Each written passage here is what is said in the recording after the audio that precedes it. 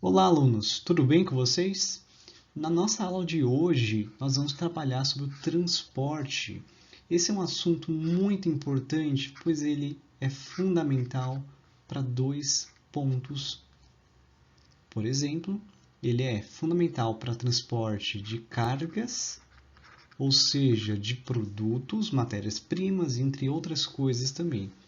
E ele também é importante para nós, no sentido mais individual, ele é o nosso sentido de deslocamento. Ele é bom, então, para passageiros.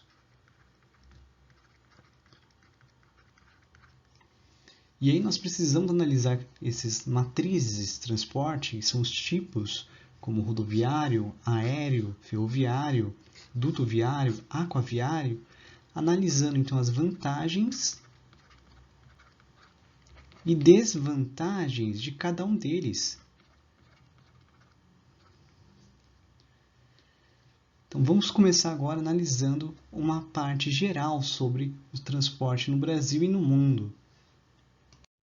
E para entendermos um pouco mais sobre a relevância sobre o transporte, é fundamental que a gente olhe esses três gráficos que está para vocês, mostrando a participação do setor de serviços, ou seja, aquele setor terciário da economia que abrange serviços e comércios, assim como o cursinho. Ele também é um serviço de educação pré-vestibular.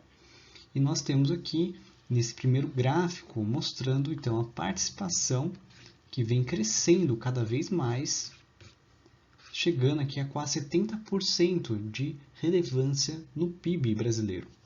Do lado direito, vocês têm a geração de emprego formal e vê que em serviços e comércio, que foi dividido, mostra então como está bem relacionado.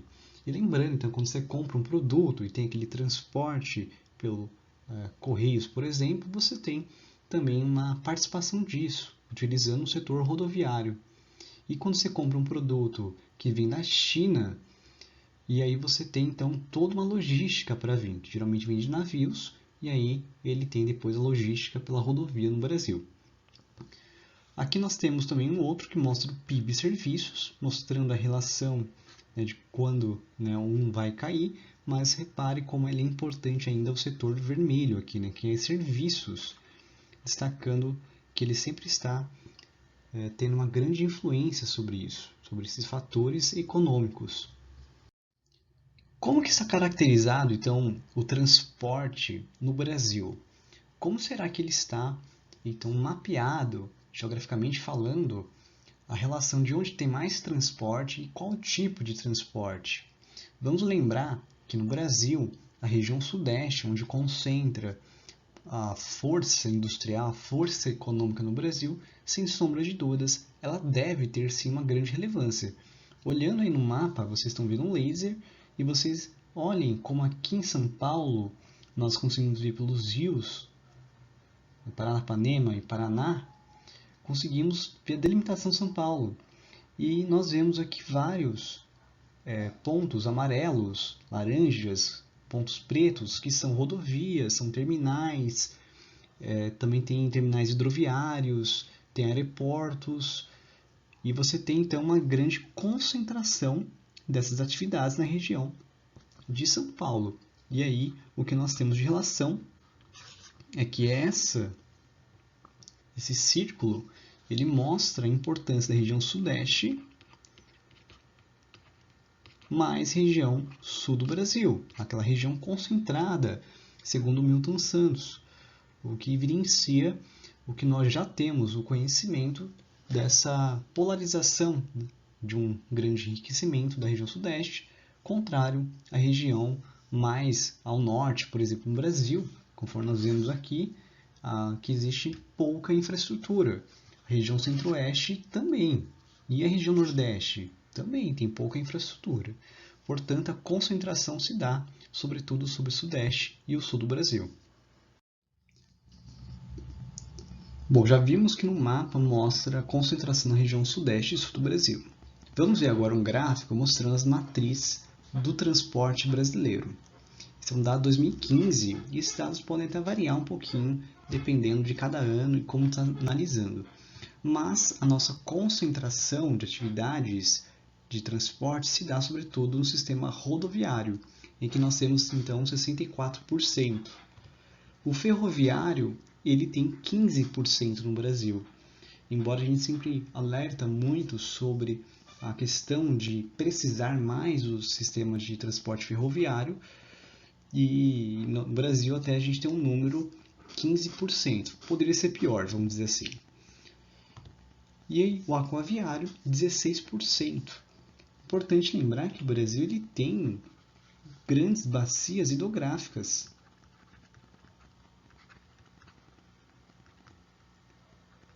Outra coisa importante sobre o sistema é que ele não polui tanto. Lógico que tem que tomar todo o cuidado, não existe transporte perfeito. Mas existe transporte que polui mais, e sem dúvida o transporte que polui mais é o rodoviário.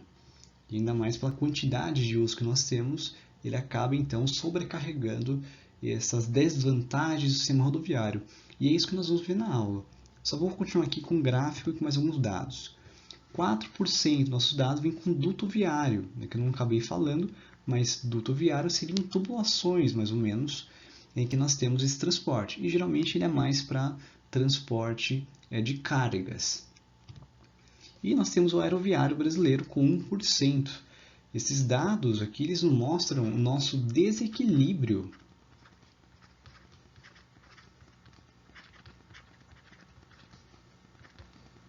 da matriz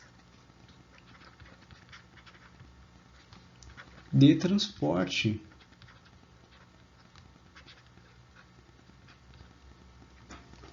Que é concentrado sobretudo no sistema rodoviário. Olhando aqui nessa tabela, nós temos alguns dados comparando o custo de transportes, que eu já vou chegar a falar sobre isso, e o deslocamento de carga segundo o tipo de transporte, em porcentagem. Então, estamos analisando a relação com a carga também. E aqui por país, nós vemos o Brasil, em que nós temos nossa maioria de transportes pela rodovia, 13% pela ferrovia e 9% pela hidrovia.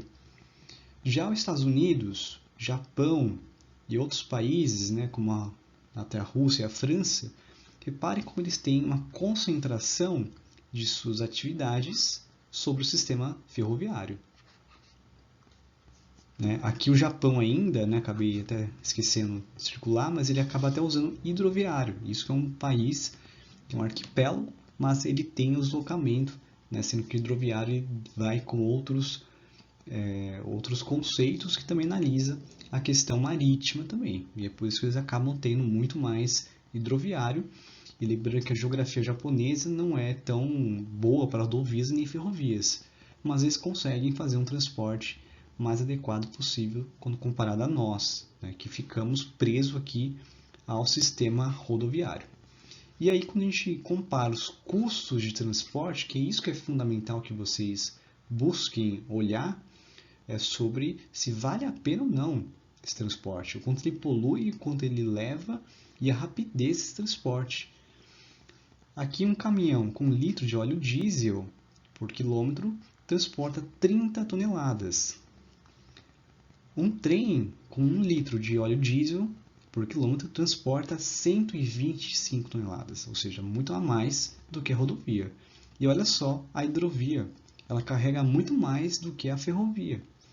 Portanto, se a gente quer economizar no transporte, sem sombra de dúvida, seria o ideal nós utilizarmos mais o hidroviário. Isso que o Brasil tem potencial para isso.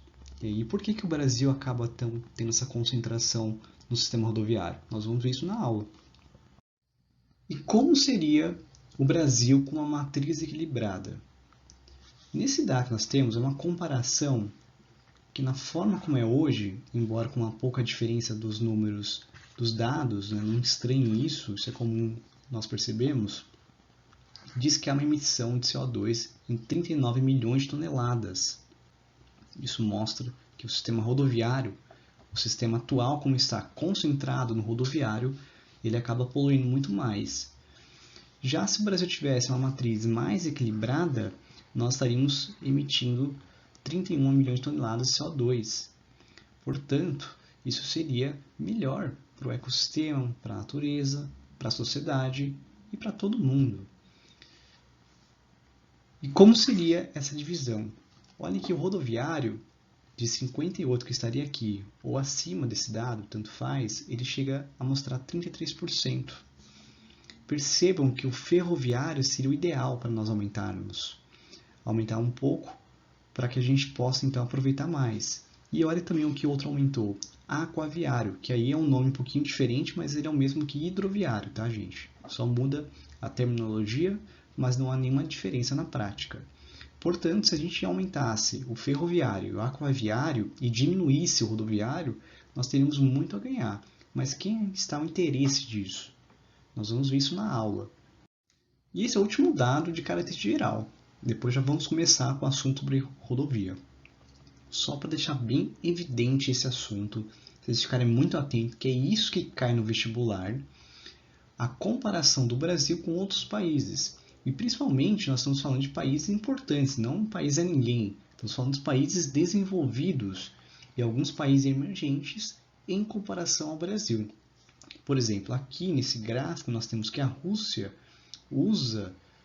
tem uma participação de 80% no transporte ferroviário. E lembrando que a Rússia é um dos megas países em extensão. O Canadá, que também não é um país pequeno, ele também tem uma participação ferroviária, menor do que a Rússia, sim, é verdade, mas mesmo assim é um número ainda muito importante. Olhe que a rodovia também está mais ou menos. E olha os Estados Unidos, o exemplo de país no mundo. Ele acaba utilizando muito mais ferrovias. E isso que os Estados Unidos ele foi os pioneiros no sistema rodoviário. Ele que vai inaugurar o que a gente chama Era da Rodovia. Lembrando, a indústria automobilística americana foi muito importante. Mas olha como o Brasil, como ele mal usa isso. E vejo que isso é um exemplo também ligado ao México, em que utilizam muito mais o sistema rodoviário. Isso, sem sombra de dúvidas, acaba então afetando o meio ambiente, a economia e entre outros aspectos sociais também. A Austrália acaba tendo um destaque, sistema rodoviário, não tendo um ferroviário, mas também isso pode ser por outras características. A Austrália tem vários desertos, por exemplo, então existem condições climáticas nem tão favoráveis, e além de que é um país que não é extremamente grande. Portanto, ele tem uma dimensão um pouco diferente, mas não deve fazer o mesmo efeito do que o Brasil, porque olha a diferença do abismo que existe no Brasil e olha a diferença que existe da ferrovia para a Austrália. É bem pequena essa diferença. É só o hidroviário por conta de condições geográficas mesmo. E agora sim, vamos começar a analisar um por um desses tipos de transporte para vermos as características principais, um pouco da história, mas principalmente analisarmos as vantagens e desvantagens de cada um desses modais. Vamos começar. Temos aqui um mapa destacando as áreas em que tem as rodovias, essa rede rodoviária. É um dado bem antigo, mas não deve ter alterado bastante, em que temos a concentração dessas rodovias nas regiões sudeste e sul do Brasil, ainda com destaque em algumas regiões litorâneas do Nordeste, mas praticamente nossa concentração máxima se dá na região centro-sul do Brasil, o que só evidencia aquilo que nós falamos em sala de aula. O sistema rodoviário, então, ele pode ser caracterizado com rodovias hoje privatizadas em sua maioria. A maioria são rodovias também com concessões, ou seja, são públicos, mas com serviços contratados de empresas privadas, que aí tem os pedágios, por exemplo. Muitas dessas rodovias privatizadas, elas vão possibilitar, quando comparada à qualidade das rodovias públicas, com maior qualidade.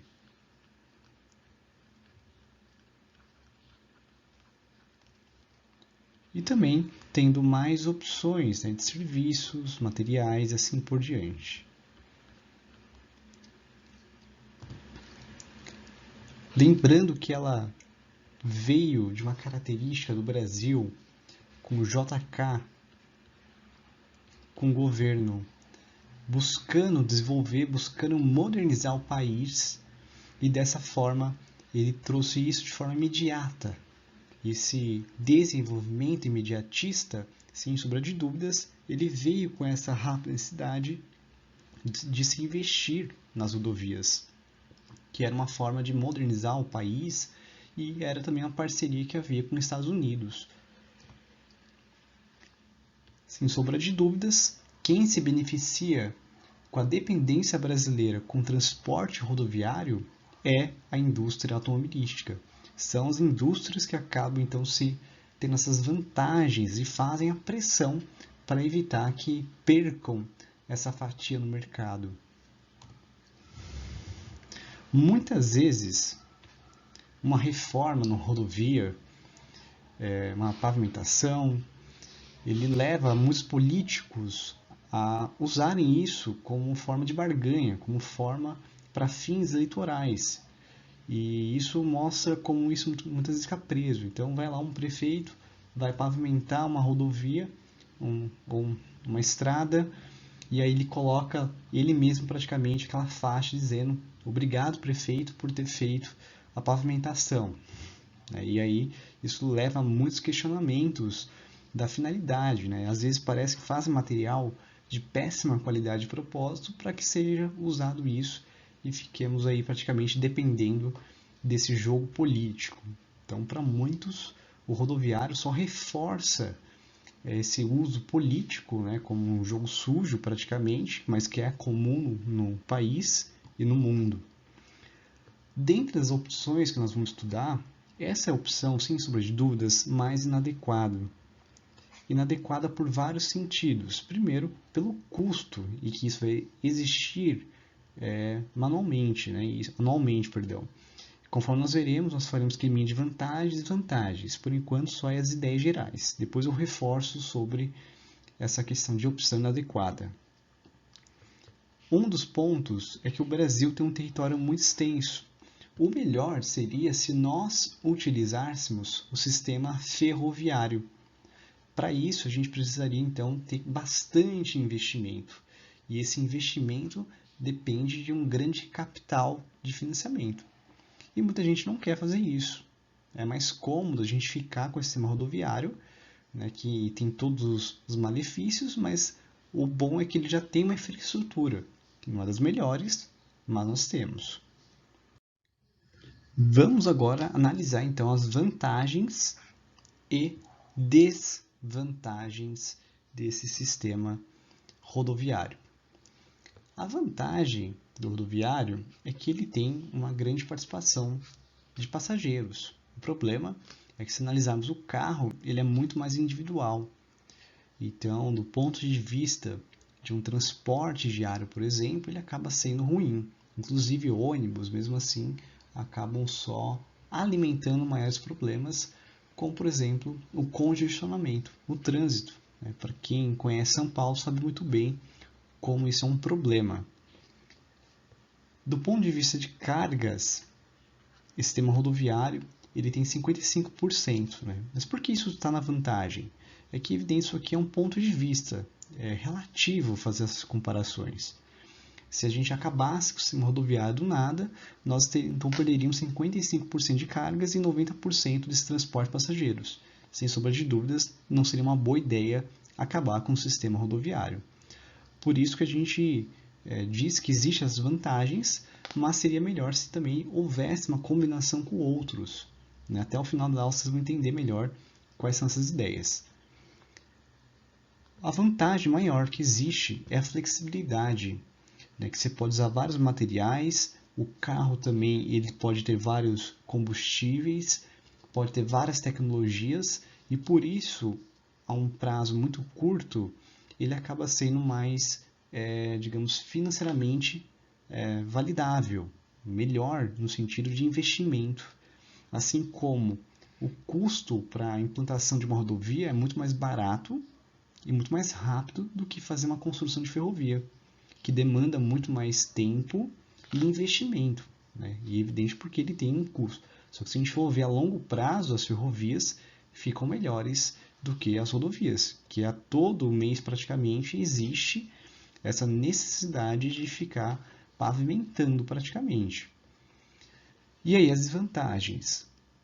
Elevado gasto com a manutenção, conforme eu já tinha falado, das estradas. Você depende muito da importação de petróleo, afinal é assim que fazem muito asfalto, né, também, e muito combustível.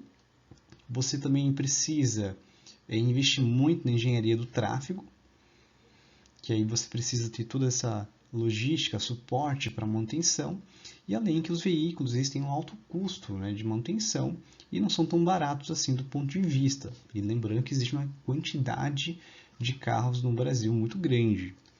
O ponto principal, vou até usar outra caneta, o ponto principal que nós temos é a poluição e a queima dos combustíveis fósseis, que sem sombra de dúvida isso aqui é o maior impacto que existe. E aí quando a gente fala de transporte individual ou coletivo, lembrando que os carros, praticamente com 4, 5 lugares, geralmente está com uma pessoa, 2 no máximo, enquanto o ônibus fica lotado.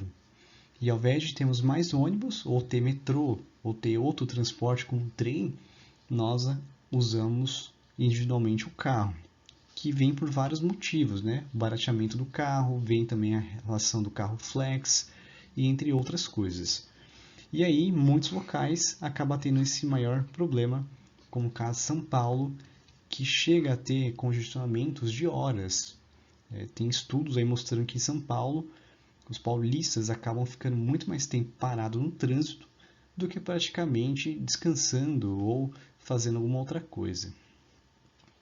Bom, muitas cargas, muitos produtos que são transportados, eles acabam ficando mais encarecidos pelo sistema rodoviário, porque você tem um custo, às vezes, de uma parte do Brasil, ele acaba saindo, sei lá, de Belém e vem até Presidente Prudente. Para ele chegar aqui, ele tem uma logística e tem, então, um custo muito alto. Isso acaba, então, sendo ruim para todos nós, quando realizamos, então, compras, entre outras coisas. E além que o sistema rodoviário, muitas vezes, também transporta frutas, por exemplo, outros produtos, e muitas vezes vem em situações precárias de transporte. Então, ele não é o melhor, sem sombra de dúvidas, né? Mas, do ponto de vista que o Brasil tem hoje, ele acaba tendo algumas vantagens, né? Que aí já é a comodidade que nós temos, conforme nós vimos, né? E tem uma implantação mais rápida, mais barata, mas tem inúmeras desvantagens. Né? Lembrando que seria o ideal o Brasil, então, diminuir um pouco o rodoviário, aumentando o investimento em outras áreas. Vamos para o transporte ferroviário agora. Bom, a ferrovia no Brasil, ele praticamente não teve um grande investimento a longo prazo. Né? As primeiras ferrovias em São Paulo tiveram aí a construção em 1867, né, com a São Paulo Highway Company, e servia principalmente para a exportação da cafeicultura. Esse era o principal objetivo do uso das ferrovias, né? E também, em uma certa época, para o transporte de passageiros. Temos aqui nessa imagem animada mostrando a evolução de como seria o transporte ferroviário, né? Tendo aí uma dimensão boa, mas a partir dos anos 60 praticamente pouco alterou desse crescimento. Portanto, a gente sabe que existia um investimento na época, né, e até 1930 mais ou menos, quando temos aí a oligarquia cafeira no poder e depois entrar Getúlio Vargas e um processo de industrialização, nós tivemos aí a estagnação praticamente das ferrovias. Né? Lembrando que Getúlio Vargas ainda incentivou a marcha para o oeste e ela foi levando então um aumento desses crescimento das ferrovias. Contudo, muitas ferrovias pararam de ter investimento por conta do crescimento rodoviário. e muitas delas acabaram sendo até empresas estatais, acabaram sendo privatizadas, né? Isso naquele pacote neoliberal dos anos 90. Nós temos aí muitas dessas ferrovias que elas têm um sentido divergente, né? Ou seja, elas não estão ligadas uma à outra, mas elas acabam então ficando isoladas, né? Ligando um ponto nenhum a outro nenhum. E isso é um problema muito grave. Muitas delas são sucateadas, né? Além de serem desabilitadas, elas também estão sucateadas, estão em péssimas qualidades. E precisam de uma modernização urgente, né? E isso aí por conta das chamadas bitolas, né? Que são o espaço entre o trilho por onde passa o trem. Porque hoje os trens eles são maiores, e aí você precisa ter então essa adaptação dessas bitolas. E para isso você tem um custo muito alto.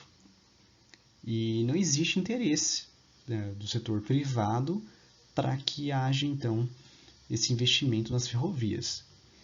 E por isso, né, nós temos esse último tópico que destaca que muitas indústrias automobilísticas não têm interesse, eles acabam preferindo sim, e aí durante os governos eles acabam tentando sempre conseguir mais investimento para o setor automobilístico, que já é predominante, é hegemônico no Brasil. E com isso nós perdemos, sem sombra de dúvidas, lembrando que por que a greve dos caminhoneiros que ocorreu em 2016, 2016 não, né? Já foi um pouco depois, até esqueci a data.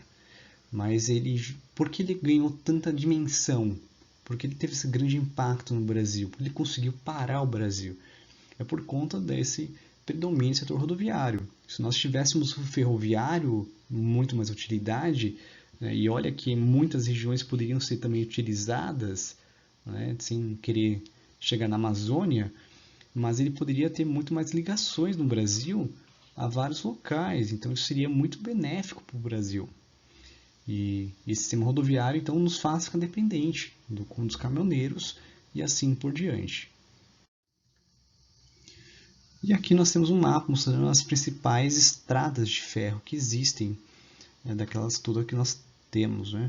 Às vezes no vestibular eles podem sim cobrar, né, algumas coisas relacionadas a um nome, a uma região, e você deve só, eu acho que é mais fácil lembrar a partir do seguinte, né? Para que a gente usa ainda muitas estradas de ferro? Muitas dessas estradas de ferro foram privatizadas para atividade de mineração. Então a gente precisa ter uma ideia sobre algumas regiões no Brasil.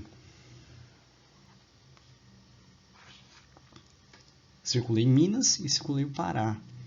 Minas, por conta dessa dimensão de uma região que tem muitos minerais, né, tendo aí o quadrilátero ferrífero, por exemplo, e tendo o Pará também, que é muito conhecido pela sua grande riqueza, abundância mineral de ferro.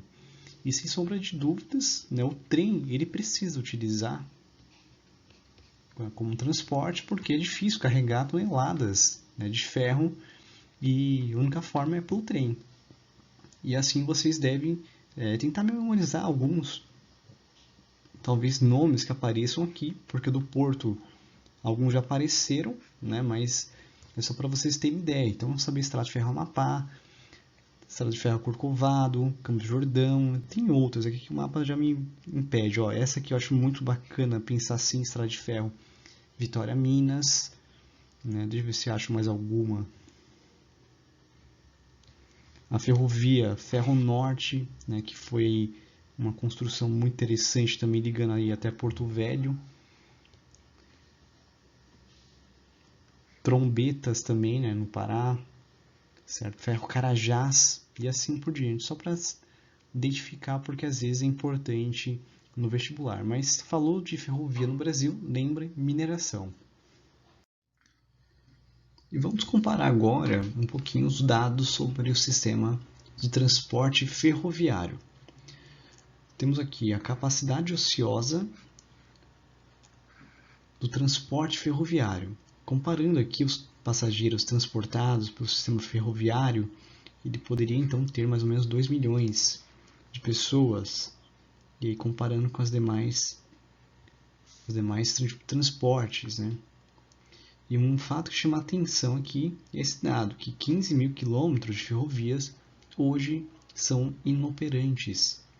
E imagina que o transporte ferroviário, né, ele não seria então concentrado no sistema rodoviário nem no aeroviário.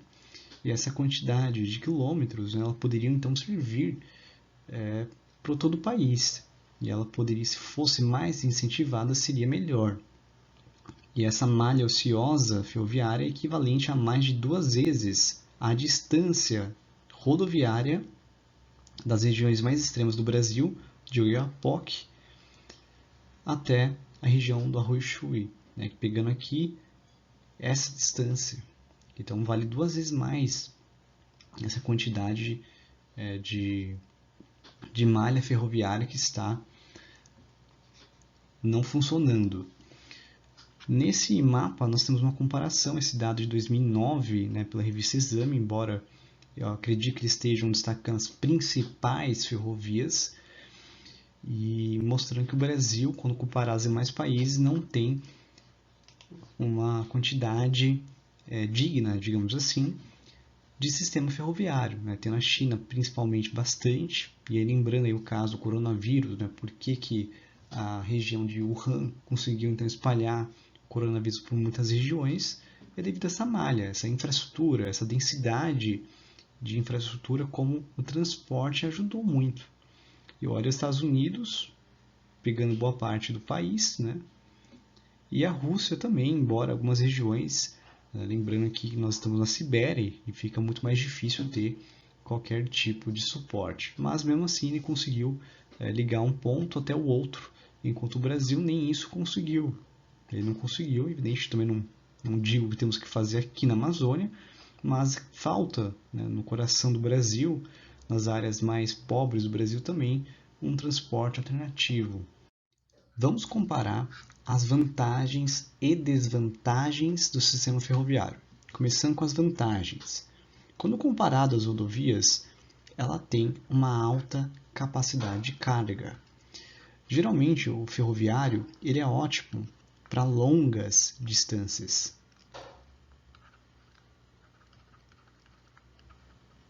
Enquanto, por exemplo, um caminhão, sistema rodoviário, eles são mais vantajosos para curta distância.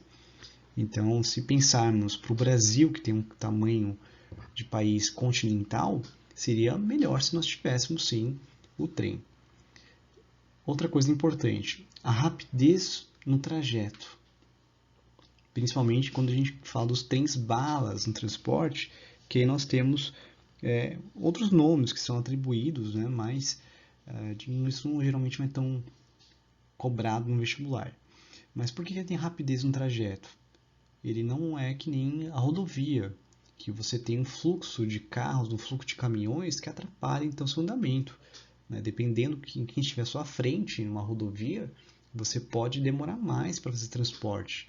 E sem falar que existe obstáculos, existe acidentes, então tudo isso acaba influindo de forma negativa para o sistema rodoviário e enaltecendo ainda mais o sistema ferroviário, que ele pode então andar sem precisar necessariamente parar.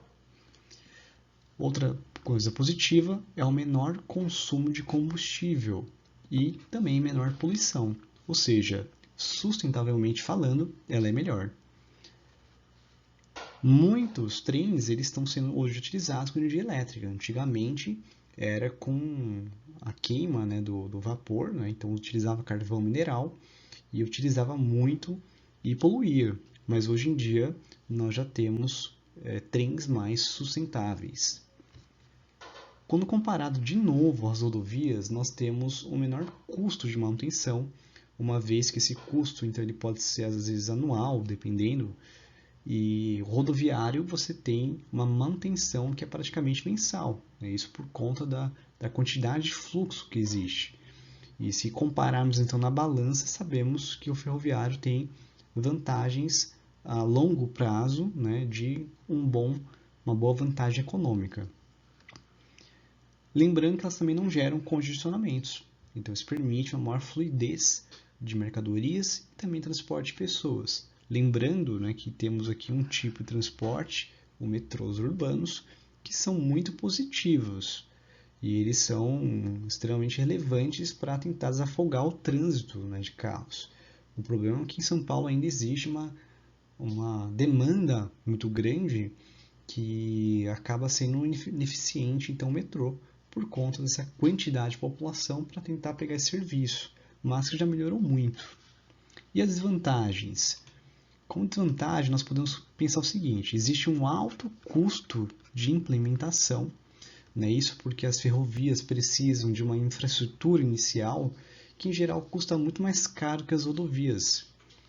Também tem uma baixa flexibilidade, né? Por quê? Porque esse tipo de transporte é mais rígido, ele apresenta trajetos mais retos, retilíneos.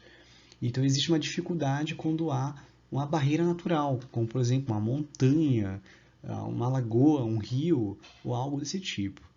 Enfim, então você tem que ter uma estrutura muito boa para isso e buscar outros meios, né? Bom, o ferroviário atual ele é muito irregular. Ele tem, digamos, uma malha muito curta, mal distribuída, porque ela acaba sendo concentrada na região sudeste, lembrando a importância das ferrovias na época da cafeicultura, que vão ainda se manter. E nós temos, então, uma falta de integração nessa atual malha ferroviária, né? Então, isso abona muito esse sistema. Lembrando que o sistema ferroviário ele foi feito de uma forma periférica no Brasil, né? Isso é, então, relacionado que você tem um ponto aqui e periférico ele quer dizer aquilo que está à margem e não acaba, então, tendo as integrações. Como seria integração? Você ter vários pontos para fazer essa integração, né? Imaginando que esse círculo seria um país e você tivesse, então, essas integrações, podendo fazer, então, uma grande rede, né, de transportes mais efetiva. O que mais nós temos aqui? A concentração de ferrovias, conforme eu falei, fica 47% na região sudeste. No centro-oeste e ao norte só somam apenas 8%. Isso mostra como ainda falta chegar ao interior do Brasil, dentro do coração do Brasil. E isso é um problema gravíssimo. E são regiões que têm toneladas de soja, têm minérios, então eles poderiam sim utilizar. E uma coisa que eu estava esquecendo até de falar é a chamada nova fase ferroviária. Nova, entre aspas, porque não é bem assim. Em 2014, nós tivemos uma atualização na forma de concessão das ferrovias, chamadas de Open Access, em que diversas companhias podiam então aproveitar o mesmo trecho da ferrovia para transporte de cargas, o que isso ia permitir então maior quantidade de investimentos, parcerias entre empresas ferroviárias privadas para que pudessem então aproveitar, já que antes era mais difícil essa utilização porque dependia de vários fatores. Outro ponto muito importante no Brasil é que em 2015 o governo brasileiro lançou um plano de investimento, um investimento muito importante, 19 bilhões de reais, tentando adicionar 10 mil quilômetros de malha ferroviária. Porém, o Brasil, em 2016, 2015, chegou a ter a sua crise política e econômica. Também tivemos a crise econômica nos Estados Unidos, que foi o início de tudo isso. E tivemos praticamente a limitação dos gastos públicos. E sem sombra de dúvidas, esses investimentos foram então prejudicados e foram então esquecidos e engavetados. E aí no dia 14 de outubro de 2016, o governo federal anunciou realmente seu cancelamento. E mais uma vez, a ideia de influenciar, de retomar o crescimento ferroviário, ficou para trás. E agora nós encerramos a parte da ferroviária e nós precisamos ainda abordar alguns outros temas, só que como o vídeo ficou um pouco mais extenso, eu preferi então dividi-lo em duas partes. E aqui então se encerra essa primeira parte, em que abordamos as características gerais, o sistema rodoviário e ferroviário, e no outro vídeo que nós teremos será abordar então a hidrovia, o aeroviário, o duto viário e também o intermodal. Então, vocês assistam os demais. Até mais!